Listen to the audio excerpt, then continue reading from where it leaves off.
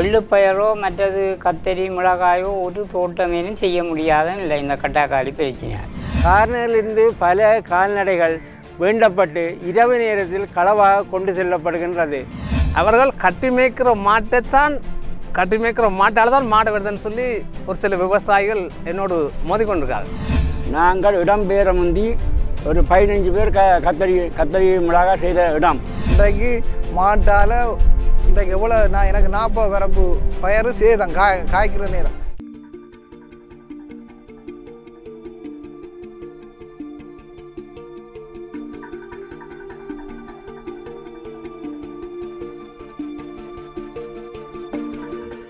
காலபோகம் நெல் விதைச்சா பிறகு எள்ளு விதைக்கிறோம், பயறு விதைக்கிறோம், உளுந்து விதைக்கிறோம். நம்முடைய கமத்துக்கு அப்போ வந்து பார்க்கலாம், எள்ளு தான் கிடக்கு, பயறு மாடு பின்னுருக்கு மட்டம் பண்ணி.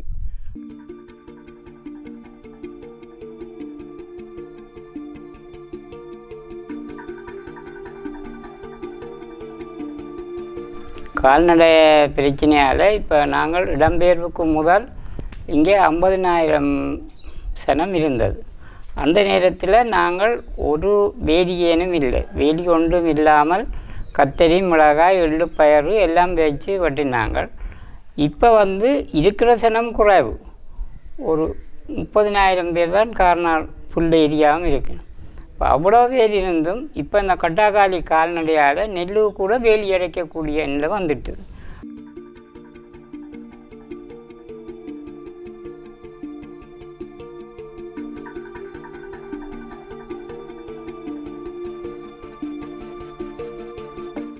பல பேர் விதைக்கவில்லை, மாட்டு தொல்லை அதை இதை சொல்லி விதைக்கவில்லை.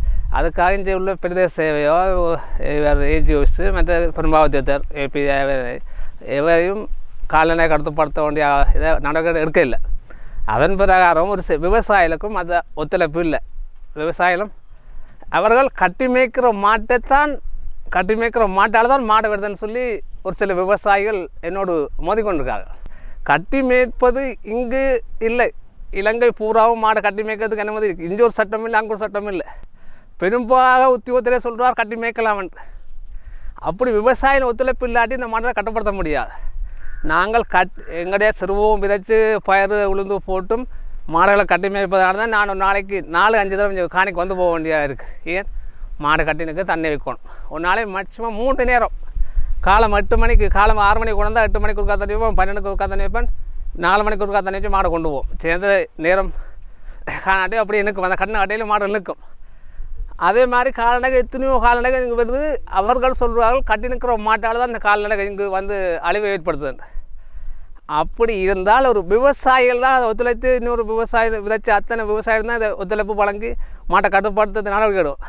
அதை விட்டுட்டு இதை பிரதேச சபையோ பெரும்பாவத்தியத்தரோ விவசாயிகளோ அக்கறை கொள்ளவில்லை. அவர்கள் ஏனோ தானோ நாங்கள் வாழ்ந்தால் போதுமன்ற மாதிரி இருக்காங்க.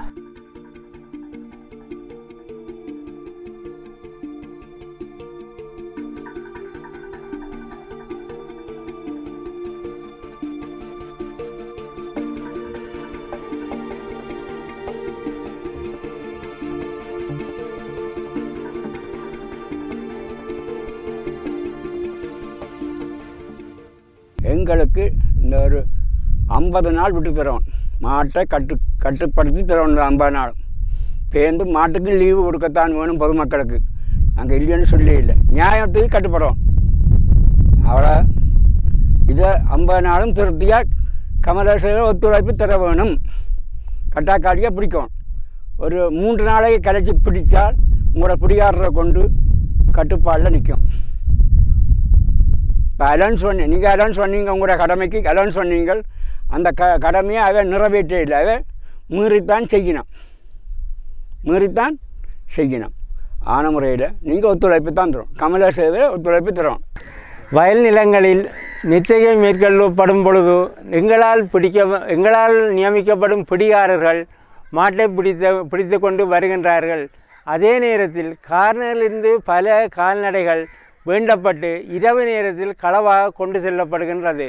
அப்படி கொண்டு செல்லுகின்றவர்கள் தெருவோரங்களில் படுத்திருக்கும் மாடுகளையும் பிடித்து செல்கின்றார்கள். ஆனால் மாட்டு உரிமையாளர்கள் எங்களால் நியமிக்கப்படும் பிடிக்காதவர்கள் தான் மாடுகளை களவாக பிடிக்கின்றார்கள் என்று கூறுவதனால் தற்போது வயல் நிலங்களில் வரும் மாடுகளை பிடிப்பதற்கு பிடிகாரர்கள் எவரும் சம்மதிக்கின்றார்கள் இல்லை.